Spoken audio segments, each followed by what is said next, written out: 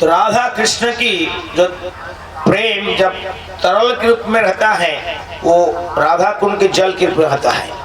और महाराज जी कहते हैं जब राधा कृष्ण की प्रेम घनीभूत हो जाता है तो गिरिराज के रूप में प्रकट हो जाता है। ये तरल रूप है तो ये घनीभूत रूप क्या है? गिरिराज जी है। तो हम लोग आज गिरिराज की परिक्रमा कल हम सबने किया, राधा कुंड श्याम कुंड की परिक्रमा किया, लेकिन राधा कुंड श्याम कुंड की परिक्रमा के साथ साथ में कुछ वहां पर दर्शनीय स्थान है जिसको हम लोग थोड़ी सी, क्योंकि वहां पर बैठ के कथा करना वो सब स्थान के बारे में संभव नहीं है, तो इसलिए खाली सूचनात्मक, ये कोई प्रवचन नहीं दिया जा रहा है, सूचनात्मक बातें कह रहे हैं कि आप लोग बड़ी सरलता से आप दर्शन कर सकते हैं। सबसे पहले जब राधा कुंड श्याम कुंड की प्रारंभ होता है वहाँ एक शिव जी का मंदिर है, उसको कहते हैं कुंडेश्वर महादेव। कुंड कुंड से कुंडेश्वर है कि नहीं? कुंडेश्वर महादेव है लेफ्ट साइड में, बड़ी सुंदर विग्रह है, वृक्ष है। और कुंडेश्वर महादेव हाँ, प्रथम प्रवेश करते हुए बाएं तरफ, प्रथम प्रवेश जाते ही प्रथम बाएं तरफ में कुंडेश्वर महादेव। ये कुंडेश्वर महादेव इस कुंड की रक्षा करता है।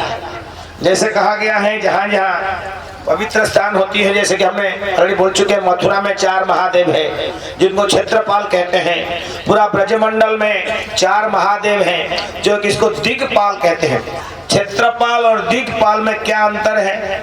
क्षेत्र मतलब किस पर्टिकुलर क्षेत्र को जो सुरक्षा देते हैं उनको क्षेत्रपाल कहते हैं, और दिक्पाल मतलब 4 दिशा में, चारों दिशा में, पूर्व पश्चिम उत्तर दक्षिण चारों दिशा में 4 महादेव की विराजमान है। ये संपूर्ण ब्रजमंडल को सुरक्षा प्रदान करते हैं। केवल यहाँ नहीं, जहाँ जहाँ भगवान की विष्णु की लीला स्थलियां है वहाँ अवश्य शिव जी भी रहते हैं, क्योंकि वैष्णव नाम ये था शंभु, वो कभी भगवान के चरण छोड़ के कहीं जा ही नहीं सकते हैं। कहीं भी जगन्नाथपुरी कहो, जगन्नाथ तो 5 महादेव, एक नहीं 5 पांडव के रूप में कहा जाता है जगन्नाथपुरी में। तो उसी तरह यहाँ कुंडेश्वर महादेव इस कुंड की सुरक्षा प्रदान करते हैं, रक्षा करते हैं। बाएं तरफ प्रथम उनके आशीर्वाद लेकर भक्ति सिद्धांत सूत्र कहते हैं जगन्नाथपुरी जाने के पहले लिंगराज की दर्शन जो नहीं करता है जगन्नाथपुरी का यात्रा पूर्ण नहीं होता है। ऐसे कुंडेश्वर की जब हम दर्शन नहीं करते हैं, प्रणाम नहीं, आशीर्वाद नहीं कर लेते हैं तो हमारी कुंड की परिक्रमा अधूरा रहता है। तो सबसे पहले हम कुंडेश्वर महादेव की प्रणाम करते हुए, आशीर्वाद भिक्षा करते हुए हम आगे चलते हैं। थोड़ी सी आगे चलेंगे, एक लेफ्ट साइड में थोड़ी सी ऊंचा जगह होगा। सबसे पुरातन इस संपूर्ण राधा कुंड की चतुर्पाश में जितनी मंदिर हैं ये बाद में हुई है। वो सबसे पहला जो मंदिर है सिंपल, इसका नाम है राधा कृष्ण मंदिर। ये राधा कृष्ण मंदिर कंकण कुंड होता है। राधा कुंड की बीच में सेंटर पॉइंट में एक दूसरा कुंड है जिसको कंकण कुंड कहते हैं। कंकण मतलब चुड़िया, क्योंकि आप सभी जानते हैं राधा रानी और गोपियों ने एक कुंड की तालाब के लिए कोदाल, हथौड़ी, कोदाल वगैरह लेके नहीं आए थे। किससे किए थे? कंकण से। इसलिए राधा कुंड जो बड़ा देख रहे हैं उसकी सेंटर में छोटा सा कुंड है जो सुबह बिगिनिंग में आरंभ किया गया था, छोटा सा, वो है कंकण कुंड। उसी कुंड से इनको प्राप्त हुआ था। कब प्राप्त हुआ था? जब रघुनाथ दास गोस्वामी ने इस कुंड की पुनरुद्धार कर रहे थे, उस समय में जब माटी खोदाई कर रहे थे उन्होंने 2 विग्रह प्राप्त किया। उसकी अब इतिहास नहीं बता पा रहे किसने कब किसने इस विग्रह को निर्माण किया था, लेकिन उनको प्राप्त हुआ उनको। तो इसीलिए सबसे पहले राधा कृष्ण के यहाँ मंदिर नहीं थी तो वो विग्रह सबसे पहले स्थापन हुई, राधा कृष्ण मंदिर। और थोड़ी सी हम आगे चलते हैं, गोपाल मंदिर जो कि हमारी इस्कॉन की श्रील प्रभुपाद जी कहते थे, हमारे व्हाट इज आवर साइंटिस्ट भक्ति स्वरूप दामोदर महाराज जी मणिपुर के थे। मणिपुर एक बड़ी महान वैष्णव देश है।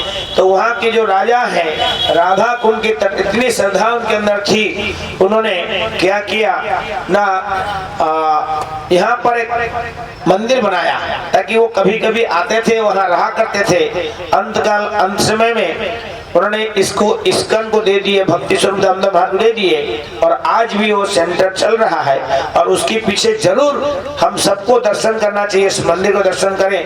लेकिन उसके पीछे महाराज जी की सशरीर समाधि है, हरि बोल। और श्रील प्रभुपाद की अति प्रिय शिष्य, वो कहते हैं वेयर इज आवर साइंटिस्ट, कहाँ है हमारे वो वैज्ञानिक, है कि नहीं। तो वो समाधि इस्कन के अन्यतम आचार्य गुरु हैं, तो उनके समाधि स्थल है, उसको दर्शन करना है। वहां से थोड़ी सी हम आगे आते हैं, बाहर आते हैं, तो राइट साइड में वहाँ महत्वपूर्ण मंदिर है, राधा गोपीनाथ मंदिर। हमें पता नहीं है कि दर्शन जब हम ले जाएंगे दर्शन होगा या नहीं होगा। अवश्य आशा करते हैं कि दर्शन हो जाएगा, कि हम लोग 7 बजे यहाँ शुरू करेंगे तो 7:30 बजे तक लोग पहुँच जाएंगे, दर्शन अवश्य होगा। वहाँ राधा गोपीनाथ मंदिर है। राधा गोपीनाथ मंदिर में राधा रानी एक साइड में है, एक साइड में जानवा माता है। कारण क्या है कि उसी गोपीनाथ के तट पे, ये राधा कुंड के तट पे बातें चल रहा है हमारी, ये राधा कुंड तट पे राधा गोपीनाथ की मंदिर है। अच्छा, यहाँ पर हम लोग देखेंगे श्री गोविंदा, गोपीनाथ, मदन मोहन, ये तीनों मंदिर है। कारण क्या है, ये तीनों विग्रह सर पहले तो वृंदावन में थे, हम लोग जानते हैं, गोविंद जी, गोपीनाथ जी, मदन मोहन जी। लेकिन काल क्रम में आप जानते हैं जब मुसलमान राजाओं ने बड़ी मंदिर को तोड़ने की प्लान की, प्रयास की, भक्त लोग ने इन विग्रहों को बैलगाड़ी में लोडिंग करके बढ़ा के यहाँ पहले राधा कुंड में, ऐसा कहा जाता है, महाराज जी कहते हैं, जो महाराज जी मुख अरविंद से मैं सुना हूँ, उसी बातें को मैं रिपीट कर रहा हूँ, कि वो लोग उसी समय में कार्तिक महीना में यहाँ ले आए थे, कार्तिक के पूर्व ले आए थे, और 1 महीना यहाँ पर भगवान श्री गोविंद, गोपीनाथ, मदन मोहन जहाँ जहाँ रुके थे उसी स्थान पर पुनः विग्रह बन गया। लेकिन वो सब मूल विग्रह नहीं है, मूल विग्रह तो अन्य स्थान में है। ये प्रतिभू उनकी स्मरणार्थ बाद में भक्त लोग ने मंदिर बनाया और वहां पर उनको प्रतिभू मूर्ति उनको स्थापन करके आज भगवान की दर्शन हो रहा है। तो गोपीनाथ के बगल में एक साधारण, ये बड़ी अबनॉर्मल है, साधारण असाधारण है कि अनेक मंदिर में हम दर्शन करते हैं, राधा रानी होती है, कहीं ललिता सखी भी होती है, लेकिन यहाँ जानवा माता है। गोपीनाथ की राइट लेफ्ट साइड में राधा रानी है, राइट साइड में जानवा माता है। और जानवा माता की उसकी तट पे, ये राधा कुंड के उसके तट पे हम लोग जाएंगे, पता नहीं कितने लोग कैसे लेके जाएंगे, फिर आप ध्यान रखिएगा। तो यहाँ पर जानवा बैठक है, जानवा माता का बैठक है। जानवा माता जब ब्रज में निवास कर रही थी तो माता जानवा का वो भजन स्थान है, राधा कुंड के तट पे बैठ के वो भजन करती थी। और वहां पर स्नान के लिए अलग स्पेशल सीढ़ी बनाया था, तो जाती थी और वहां स्नान करके आती थी। तो एक बार ऐसे हुआ, जानवा माता वृंदावन से अन्य स्थान जाने की तैयारी कर रही थी, तो भगवान को ने भोग लगाई है ना, आरती की। आप मन में प्लान किया भी मेरे को वृंदावन से राधा कुंड से जाना है, तो भगवान ने क्या किया, उनकी पणत कपड़े साड़ी का अंचल को खींच की पकड़ ली, रख ली। कहाँ जा रहे हो, कहाँ जाने की विचार कर रहे हो, आप यहाँ से जा नहीं सकते हैं, आप मेरे पास सदा सर्वदा रहिए। तो इस तरह इसके कारण बाद में, इस लीला के बाद में आचार्य लोग ने तो उनकी जानवा माता की एक विग्रह भगवान के निकटस्थ स्थापन की। और वो जो स्थान है गोपीनाथ मंदिर की प्रांगण है, ये रघुनाथ दास गोस्वामी के भजन कुटीर है, वहाँ उनके समाधि भी है। रघुनाथ दास गोस्वामी एक गोस्वामी जो कि राधा कुंड कभी त्याग नहीं किए, आने के बाद में राधा कुंड मैक्सिमम समय जो है रघुनाथ दास गोस्वामी यहीं पर रहे। उनकी भोजन का शैली थी, एक द्रोण, एक कप पत्तल का, पत्ता का कप, उसी में जितनी आ जाए, वो छोटा हो बड़ा हो, जितना मठा आ जाए। सबसे अमीर आदमी का बेटा और सबसे त्यागी बन चुका था, ऐसा कहा जाता है। त्याग का मूर्तिमंत स्वरूप है, त्याग का मूर्तिमंत स्वरूप कौन है, रघुनाथ दास गोस्वामी। केवल एक द्रोण मठा पान करके दिन भर का भोजन क्या है, एक बार मठा पान करना। इसी संबंध में एक लीला ऐसे हुआ कि रघुनाथ दास गोस्वामी उनका फॉलोअर भक्त, उसने सोचा हमारी गुरुदेव या हमारी ये साधु छोटा सा द्रोण लेते हैं, एक बार पान करते हैं तो कैसे जीवन निर्वाह करेंगे। उन्होंने क्या किया, एक बहुत बड़ा पत्ता लगाया, उसने सोचा कि बड़ा बना देंगे तो 1-2 लीटर है ना मट्ठा मिल जाएगा और पान करेंगे तो कम से कम उनको पेट भर जाएगा और शक्ति होगा। तो उन्होंने क्या किया, तो द्रोण लेकर आया और मठा भी लेकर आए और बोले महाराज जी ये पान कीजिए। तो उन्होंने मठा था, उन्होंने कहा कि ये जो द्रोण है दोना है ना, पेपर कप है ना, सही ग्लिप कप है, कहाँ से लेकर आए। उन्होंने कहा कि यहाँ तो हम देखते नहीं इतना बड़ा पत्ता, कहाँ से ले आए। बोले एक विशेष प्रकार की वृक्ष था, वो वृक्ष का पता, वो वृक्ष श्याम दक स्थान, जो पुछरी लोटा हम जानते हैं, पुछरी लोटा से और 2-3 किलोमीटर दूर में एक छोटा सा उपवन है, श्याम दक कहा जाता है। बोले वहां से मैं पत्तल कप लेकर आया हूँ। तो सुनते ही भरा हुआ बटर मिल्क जो था उन्होंने जमीन में फेंक दिया। तो शिष्य ने जो भक्त ने लेकर आए थे, इतना मेहनत करके उन्होंने सोचा कि ऐसे क्यों किए, कारण क्या है, आपने इसको फेंक क्यों दिया। बोले नहीं, उस प्रांत की कुछ भी हम देखना नहीं चाहते, हाथ में लेना नहीं चाहते। बोले क्या है, क्योंकि उसका पीछे रहस्य है। रहस्य ये है कि जो हमारी आप जानते हैं भगवान कृष्ण की 2 है, वाम नायिका दक्षिण नायिका है ना। वाम नायिका दक्षिण नायिका मंत्र क्या है, राधा रानी जो है वाम नायिका है और चंद्रावली जो है, जबकि उनकी बहन है, सगा बहन है, लेकिन वो दक्षिण नायिका है। तो उनके अंतर क्या होता है ना, एक कहते हैं कृष्ण मेरे हैं और एक कहते हैं मैं कृष्ण आपकी हूँ। ये अंतर है, दोनों में दोनों सेविका हैं, दोनों कृष्ण से प्रेम करते हैं। एक want to control, one will be controlled, एक नियंत्रण करती है और एक नियंत्रित रहती है, ये अंतर है ना। एक कहती है कि कृष्ण मेरे हैं और वो दूसरा कहती है कृष्ण मैं कृष्ण की हूँ।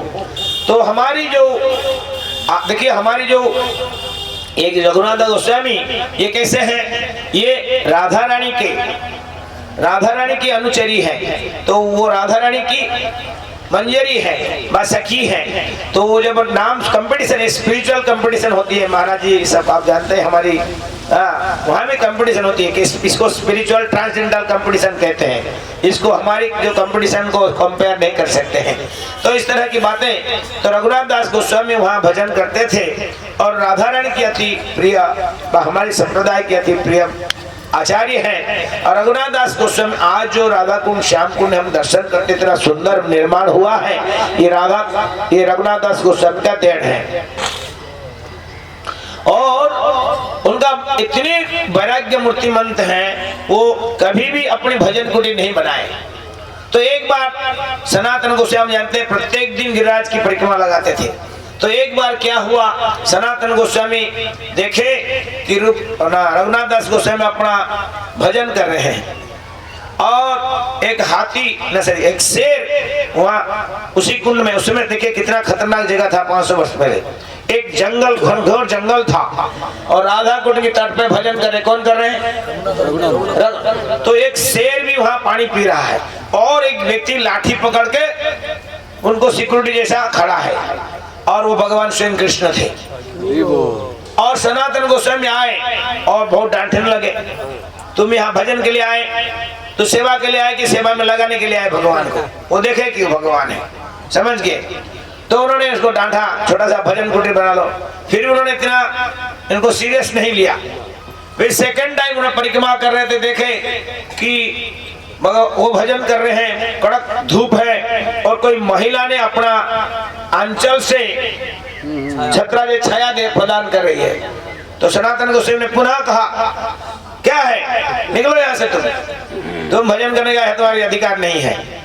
उस दिन हमने देखा कृष्ण आपके लिए लाठी लेके पकड़े हैं, आज राधा रानी आपका आंचल लेकर आपको, हरी क्या हुआ, काट दिया, फोन करो,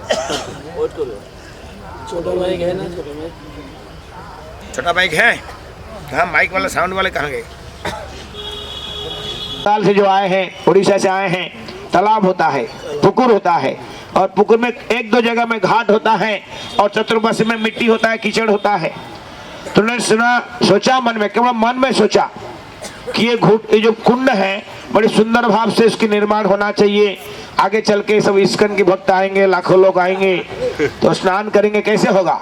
और सचमुच उस समय तो राधा कुंड की महिमा कोई नहीं जानते थे, बहुत कम आया करते थे।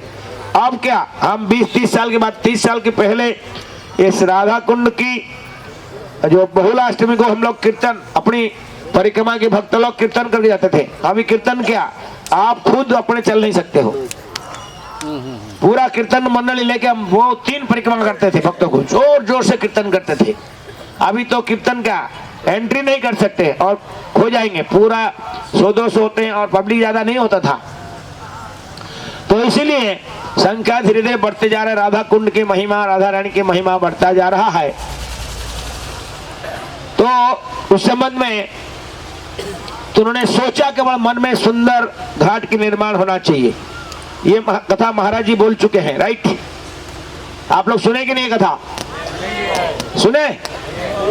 कब सुने? पिछले साल? अभी सुन रहे। हरि बोल, जय, वहीं बैठे रहिए। ठीक है, मैं मेरा प्रेरणा फोन कर आज अनाउंस कर दीजिए। क्या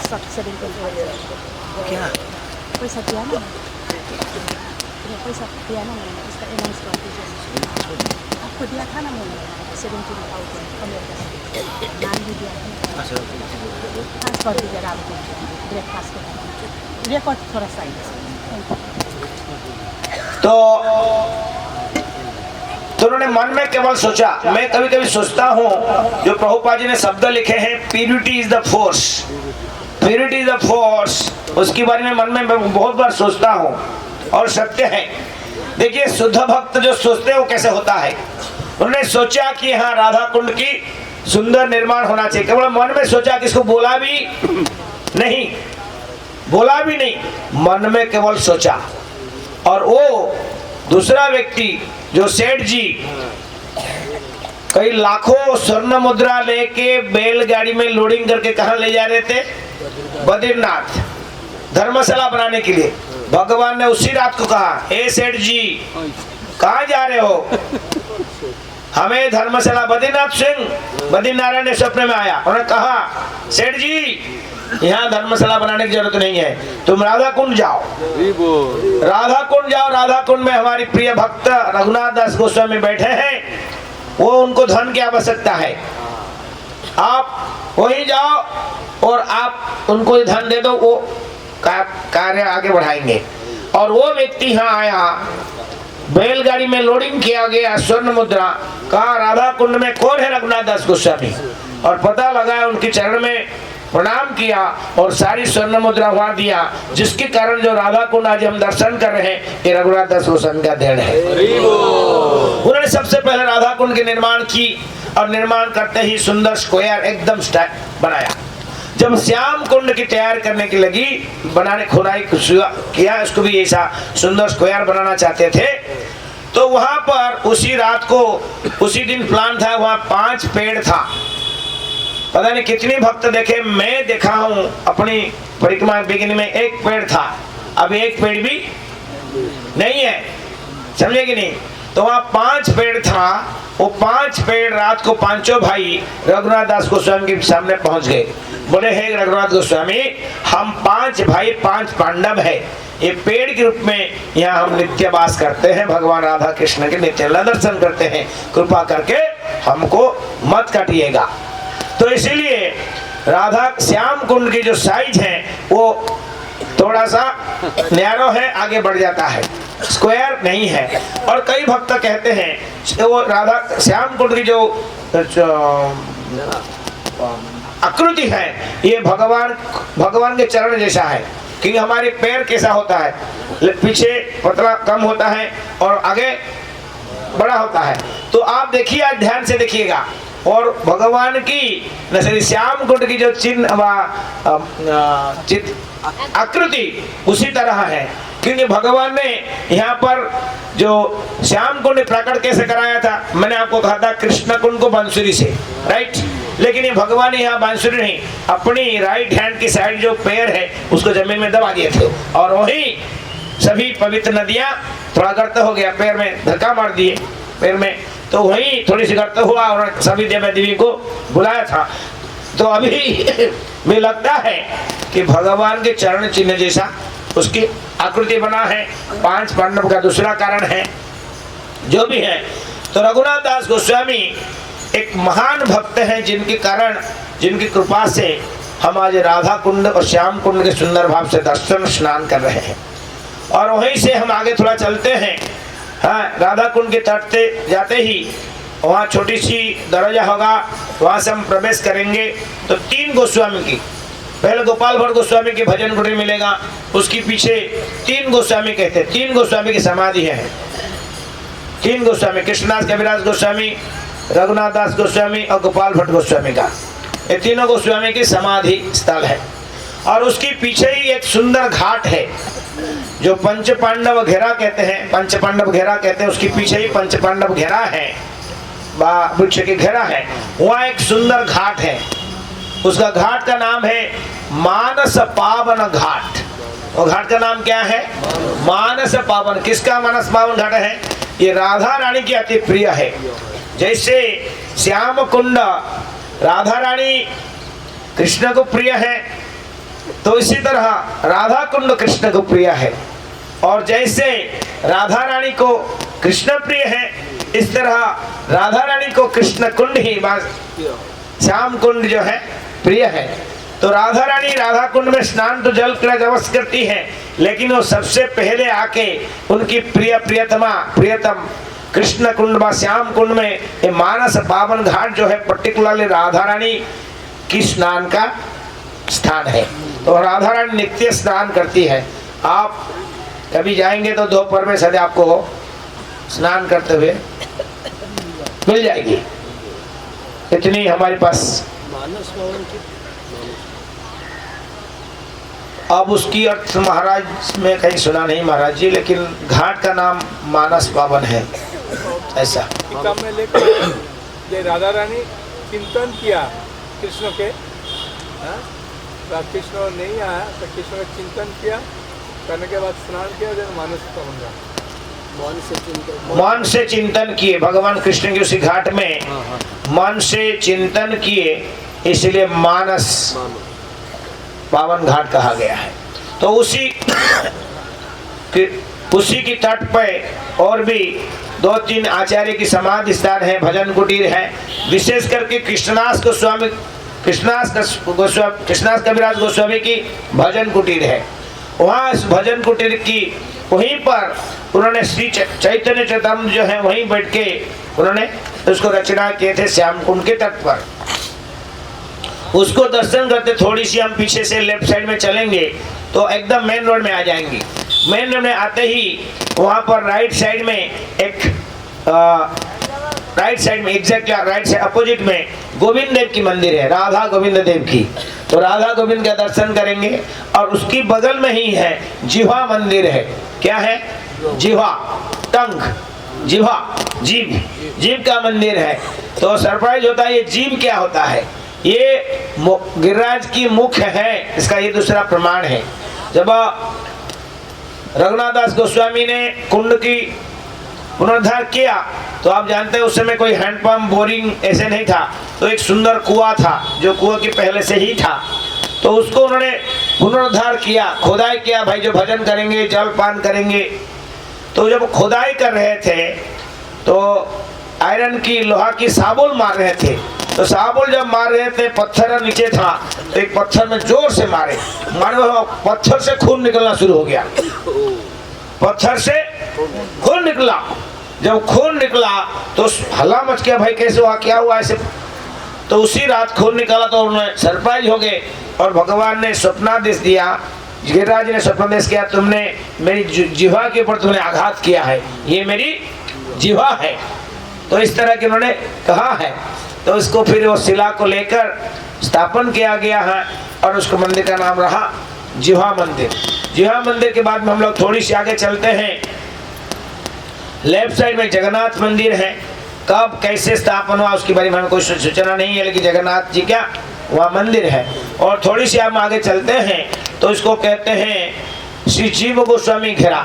ये ललिता कुंड क्रॉस करते, लेफ्ट साइड में ललिता कुंड है, राइट साइड में वह संगम है, दोनों का कुंड ब्रिज है। क्रॉस करते ही जीव गोस्वामी घेरा कहा जाता है। जहाँ जीव गोस्वामी कभी राधा कुंड आते थे तो उसी स्थान पे बैठ के अपना भजन करते थे। और उनकी आराध्य देव जो है राधा दामोदर की मंदिर है। और वहीं से थोड़ी सी आगे हम जाते हैं तो लेफ्ट साइड में, जैसे राइट साइड में दूसरा एक घेरा है, इसको कहते हैं माधवेंद्रपुरी घेरा। माधवेंद्रपुरी घेरा। और माधवेंद्रपुरी जब यहाँ ब्रज में आए थे, आप सभी महाराज ने कल सुंदर रस का वर्णन किया कि माधवेंद्रपुरी स्वयं भगवान उनकी इंतजार कर रहे थे, कब मेरी प्रिय भक्त आएगा, मैं भूमिस्थ हूँ, भूमिगत हूँ, मुझे कब उठाएंगे, जमीन से कब मुझे उद्धार करेंगे। तो वो माधवेंद्रपुरी जब वो गोविंद कुंड की तरफ भजन करते थे, है ना, वो लीला हुई है।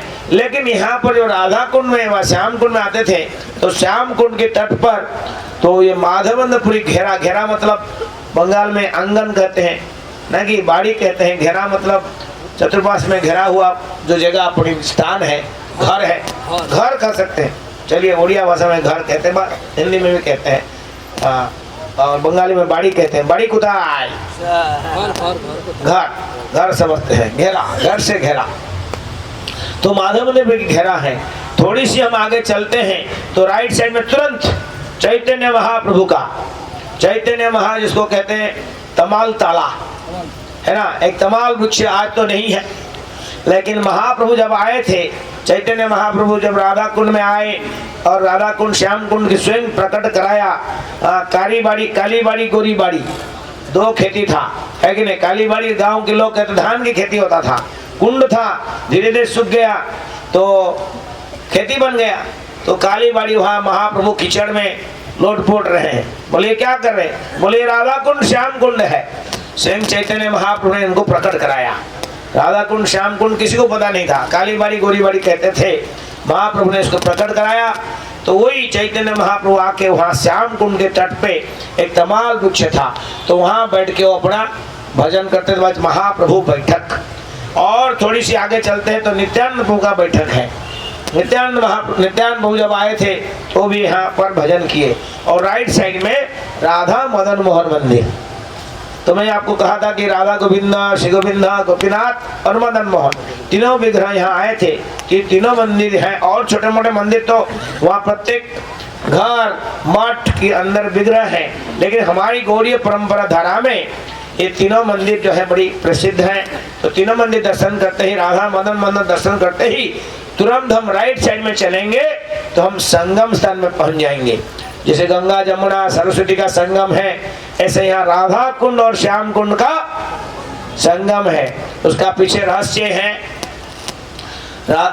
श्याम कुंड भगवान को पवित्र बनाने के लिए श्याम कुंड को उन्होंने प्रकट कराया और सभी पवित्र नदियां वहां प्रवेश किए। और राधा रानी ने कंकण से कंकण कुंड किया और स्नान के लिए अपने कुंड बनाने के लिए। लेकिन उन्होंने क्या किया, मानसी गंगा यहाँ है, मानसी गंगा से वो घड़ा में लाइन चेन बना दिया, चेन सिस्टम।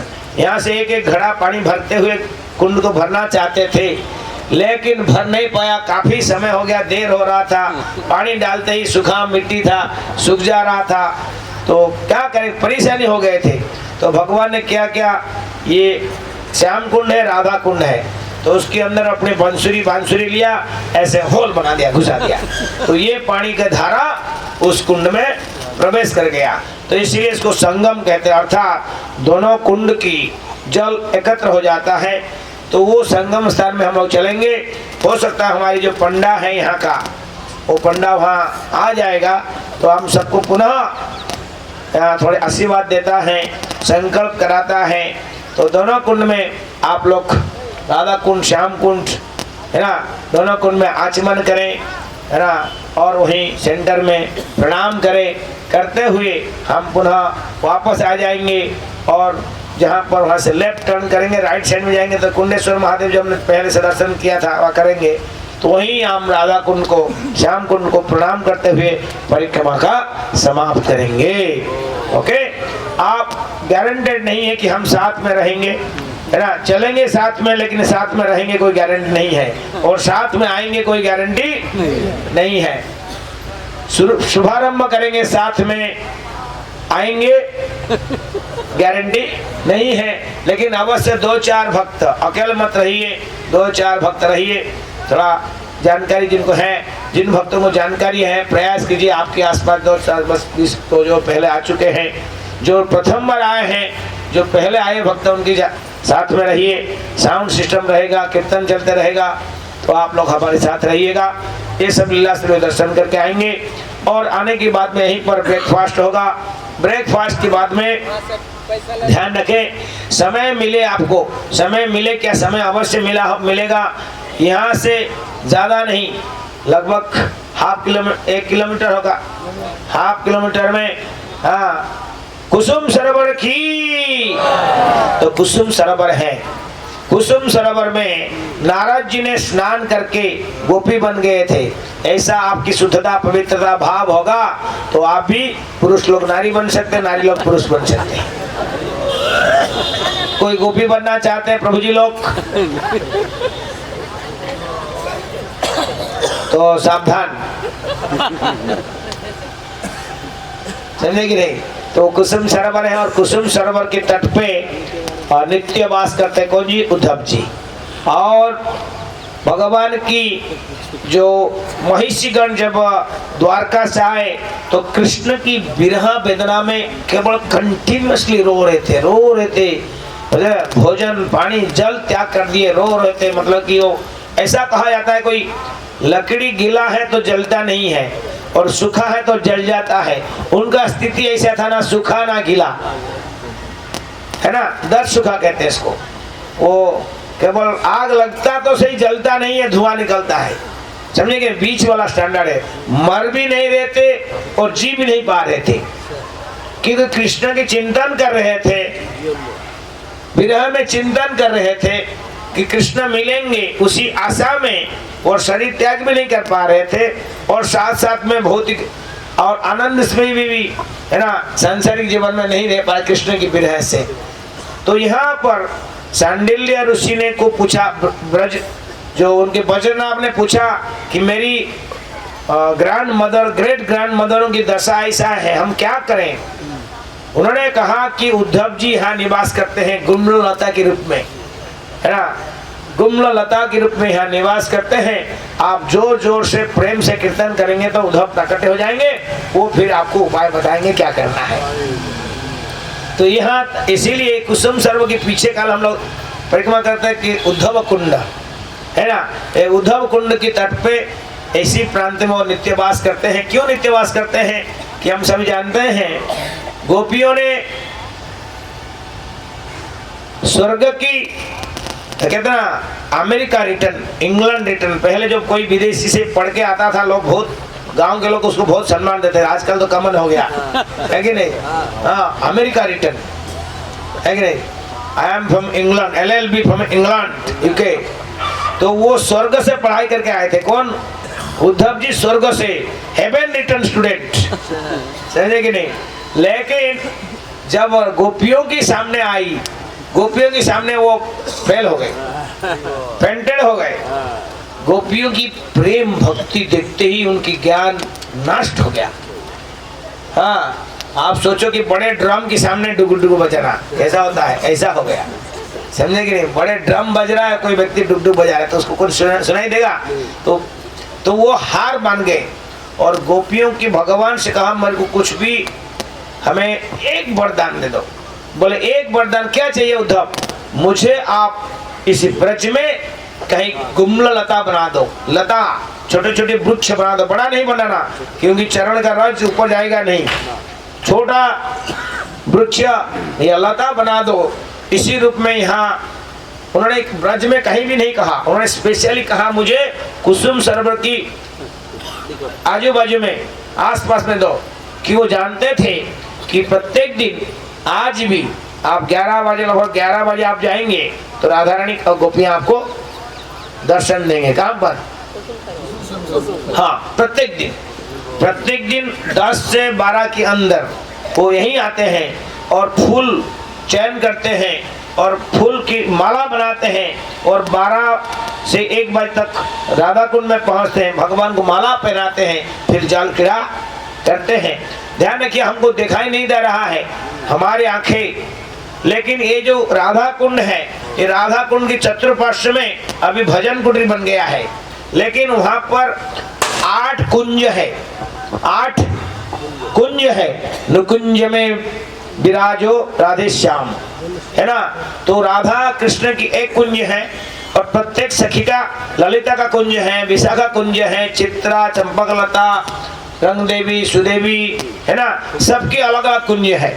सभी सखियां एक एक कुंज में निवास करती हैं और साथ में आके जैसे कि उनको स्नान करना, स्नान करने के बाद में थोड़ी समय आराम करना, बैठना, कपड़ा चेंज करना, मतलब उनका भजन कुटीर, उनका कुंज मतलब अपना अपना पर्सनल लिविंग प्लेस। ऐसा अभी भी है, वो हमें दिखाई नहीं दे रहा है, वो हमारा प्रॉब्लम है। हमें दिखाई नहीं दे रहा है तो प्रॉब्लम किसका है? हमारा है ना। कोई व्यक्ति आप देख रहे हो, कुछ देख रहे हैं आप, बोले नहीं दिखाई दे रहा, तो यह मतलब आपकी आंखें का प्रॉब्लम है कि नहीं? साधारण वस्तु पढ़ाई नहीं दे रहा है। हाँ लो, आप ग्लास लो, रीडिंग ग्लास लो बोलते, बोले डॉक्टर बोलता क्या बोलता है, आप रीडिंग ग्लास ले लो। तो ऐसे वो हमें वो ग्लास चाहिए, वो ग्लास केवल हमें हमारी गुरुदेव की कृपा से मिल सकता है, दूसरा गति नहीं है। जब तक गुरु की कृपा नहीं मिलेगा तो ब्रज में राधा रानी कृष्ण की कृपा कोई प्रश्न भी नहीं उठता है। तो इस तरह की अष्टकुंज है। तो उन्होंने वरदान मांगा था, मुझे यहाँ बना दो। बनाने से क्या होगा, जब गोपियाँ फूल तोड़ने के लिए आएंगी तो मेरे ऊपर वो चलेंगे, मेरे ऊपर चलेंगे, कहीं लता की भोगा घास लता पता में चलेंगे, वो छोटी जो बड़ा छोटा पेड़ होगा तो उनके पैर मुझे टच करेगा, नहीं करेगा। चलते समय में उनकी चरण का जो रज है वो मेरे ऊपर गिर जाएगा तो मेरा जीवन धन्य होगा। आप कल्पना कर सकते, उद्धव जैसे महान भक्त गोपियों की चरण का रज की भिक्षा कर रहे हैं, यानी लिटरली वो कह रहे हैं, भगवान मुझे, हे कृष्णा, मुझे आप वरदान देना चाहते हो, एक मुझे वर दो। वो वर है कि राधा रानी की चरण की, गोपियों की चरण की रज सदा सर्वदा हमारे मस्तक में लगे रहे। तो इसलिए ब्रज में आप स्नान कर रहे हैं ना, साबुन वगैरह लगा के चकाचक धुलाई कर रहे हैं, धुलाई मत करो, सिंपल स्नान करो, प्रयास करो कुछ रज लगे रहे अपने शरीर में। ये राधा रानी कृष्ण के चरण के रज की देखो, वो तरस रहे हैं और हमें रज चलते समय, घूमते समय रज मिल रहा है। वो रज को साबुन लगा के रगड़ रगड़ के हम लोग धुलाई कर दे रहे हैं। क्या कहते हैं अग्रवाल साहब, कटक के अग्रवाल जी, है कि नहीं? तो इसीलिए आपसे प्रार्थना सबको कि रज को लगा, प्रत्येक दिन उठते ही रज लो अपनी। महाराज जी कहते हैं फेस पैक, माताएं लोग पाउडर लगाते हैं, पाउडर मत लगाओ, ये रज का पाउडर लगाओ। ऐसे तो लगा ही रहे हम लोग, द्वारका की ये गोपीचंदन द्वारका से है, लेकिन यहाँ तो वो जाने के बाद में हुआ, लेकिन मूल तो यही है। तो इसीलिए प्रत्येक दिन उठते ही थोड़ा लगाइए और थोड़ा खा भी सकते हैं, ज़्यादा मत खाओ, बीमार पड़ जाओगे। ओके, तो इस तरह की हम लोग ये पवित्र सौभाग्य है कि गिरिराज की तलाठी में कबे हबे राधा कुंड वास, और एक कहते कहते हम आज ही 2 रात राधा कुंड में वास कर चुके हैं और आज तृतीय दिवस है। बड़ी दुर्भाग्य की बात है, ब्रज में आवा, सौभाग्य की बात है, ब्रज में रहेंगे, लेकिन राधा कुंड से हमको आगे जाना पड़ेगा। इतना सुंदर भाव से प्रार्थना करो, इतनी सुंदर भजन करो कि राधा रानी आपको अपनी पसंद कर ले, ताकि आपको वो भविष्य में कभी राधा कुंड में तट पे ले आए और आपको राधा रानी आपको स्थान दे, यही मेरी प्रार्थना है। हरे कृष्णा, बोल जय जय श्री राधे।